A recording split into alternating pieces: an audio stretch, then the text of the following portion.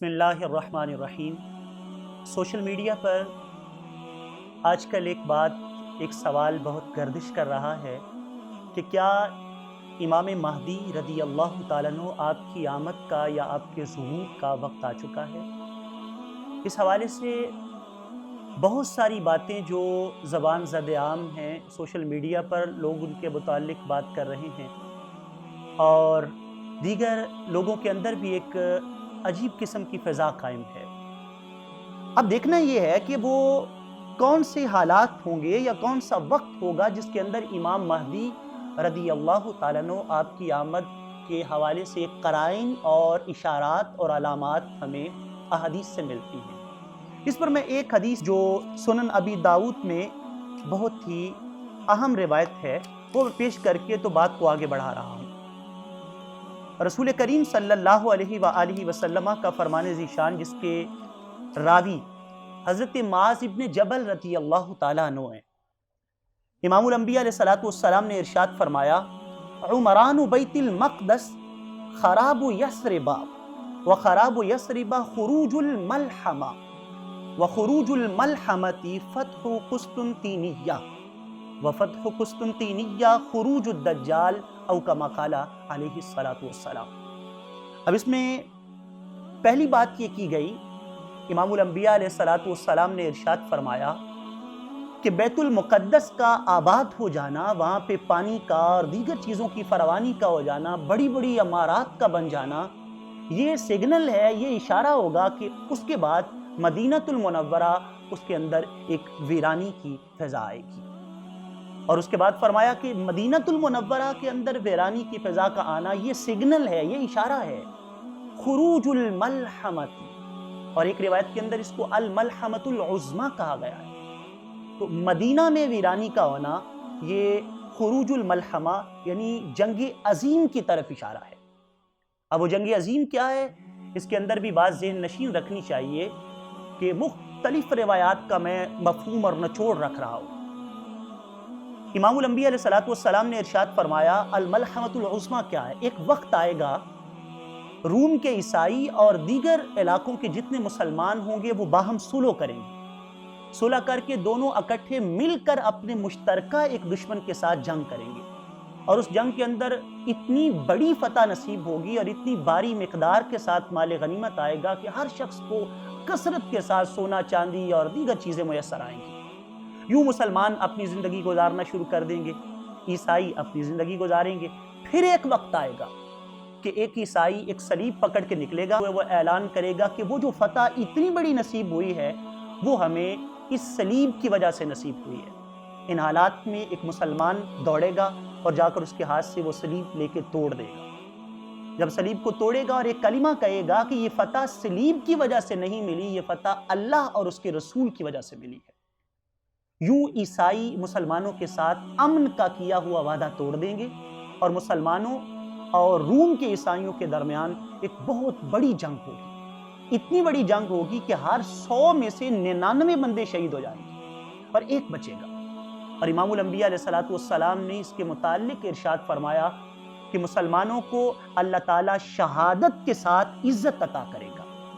یہ ہے وہ ملحمۃ العظمیٰ جس کی طرف رسول کریم صلی اللہ علیہ وسلم نے اشارہ کیا، اور پھر ارشاد فرمایا یہ ملحمۃ العظمیٰ یعنی جو جنگ عظیم ہے یہ اشارہ ہے قسطنطنیہ کی فتح کی طرف۔ اب یہ قسطنطنیہ کیا ہے؟ یاد رکھیے یہ موجودہ جس کو استنبول کہا جاتا ہے، یہ پرانا اس کا نام قسطنطنیہ ہے۔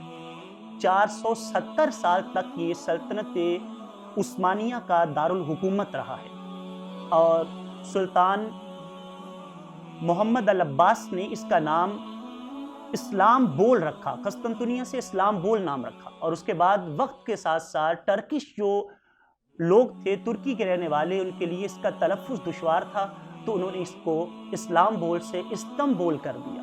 بعض یہ بھی کہتے ہیں کہ اس کا نام مصطفیٰ کمال نے استنبول رکھا۔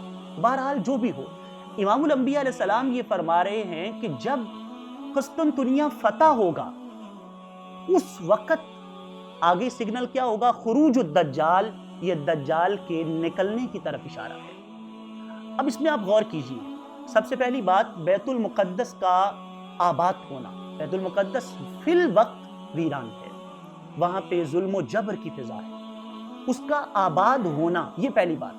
پھر ارشاد فرمایا اس کے بعد مدینہ المنورہ میں ویرانی کا آنا، پھر فرمایا جنگ عظیم کا ہونا، پھر وہ جنگ عظیم کے بعد قسطنطنیہ کی فتح کا ہونا، اور قسطنطنیہ کی فتح کے بعد دجال کا نکلنا۔ اور یہ بات یاد رکھیے، دجال کا، حضرت عیسیٰ علی نبینا علیہ السلام کا، اور امام مہدی رضی اللہ تعالیٰ عنہ، تینوں کا جو زمانہ ہے وہ ایک دوسرے کے ساتھ جڑا ہوا ہے، تینوں کا دور ایک ہے، کچھ تھوڑے فرق کے ساتھ تینوں کے ادوار ایک ہیں۔ جب تینوں کا دور ایک ہے تو حیرت کی بات یہ ہے کہ ہر دوسرا تیسرا بندہ اٹھ کے یہ کہہ دیتا ہے کہ میں امام مہدی ہوں، یا یہ کہہ دیا جاتا ہے فلاں مقام پہ امام مہدی ظاہر ہو گئے۔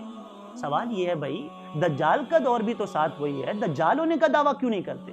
کوئی یہ کیوں نہیں کہتا میں دجال ہوں؟ تو اس میں بات یہ ہے کہ ہر کوئی ایک منصب کی طرف جھپٹتا ہے۔ ٹوٹل 7 سال اپنے اعلان کے بعد، اپنے اعلان خلافت کے بعد، امام مہدی رضی اللہ تعالیٰ عنہ آپ زندگی گزاریں گے، حکومت کریں گے، جس کے اندر رسول کریم صلی اللہ علیہ وسلم نے ارشاد فرمایا وہ روئے زمین کو عدل سے بھریں گے۔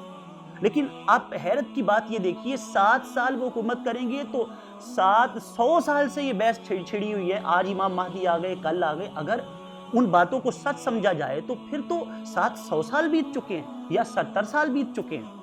تو اصل بات یہ ہے، امام مہدی رضی اللہ تعالیٰ عنہ آپ جب آئیں گے تو ایسا نہیں ہے کہ کہیں چھپے ہوں گے تو کہیں مخفی ہوں گے تو کسی کو پتہ ہی نہیں چلے گا، اور امام مہدی رضی اللہ تعالیٰ عنہ آپ اعلان بھی کر دیں گے اپنی خلافت کا، یوں ہی وقت گزرتا جائے گا، ایسا نہیں، بلکہ کئی قرائن، کئی شواہد، کئی باتیں ایسی ہیں جو امام مہدی رضی اللہ تعالیٰ عنہ آپ کی آمد سے قبل والی ہیں، جو قبل کے قرائن و شواہد ہیں۔ مثال کے طور پر میں چند ایک باتیں اس حوالے سے کر دوں جو قبل کے قرائن ہیں۔ بخاری و مسلم کی متفق علیہ روایت، امام الانبیاء علیہ السلام نے ارشاد فرمایا، ان انس قال اول اشراط الساعہ نار تحشر الناس من المشرق الى المغرب، فرمایا پہلی قیامت کی علامات کبریٰ میں سے پہلی علامت یہ ہوگی، مشرق کی طرف سے ایک بلند آگ نکلے گی جو لوگوں کو مشرق سے مغرب کی طرف جمع کرے گی۔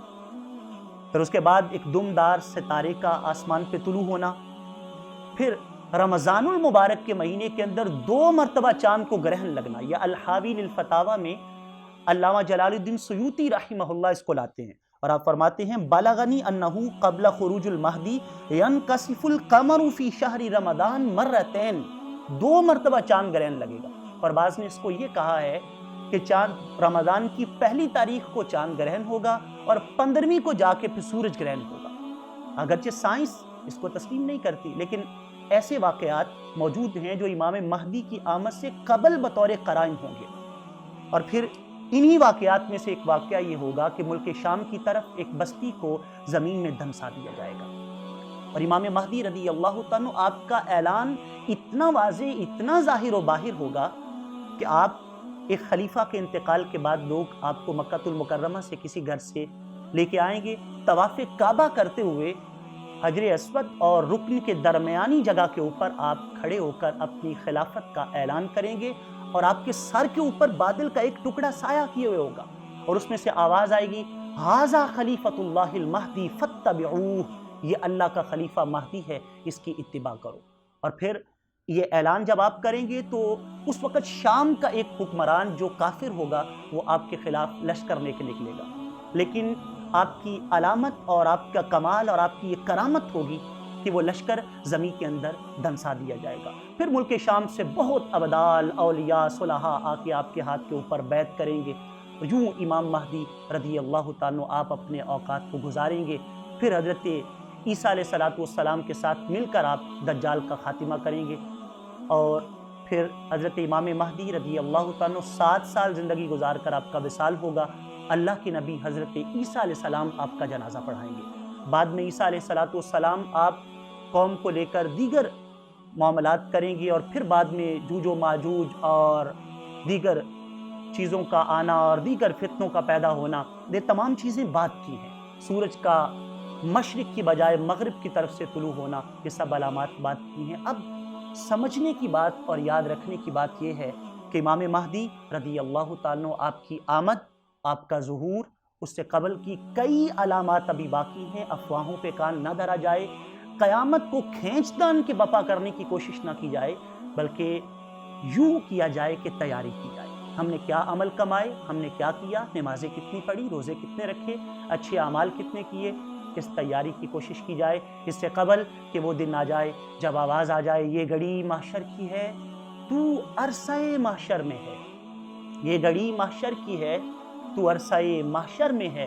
پیش کر غافل اگر کوئی عمل دفتر میں ہے.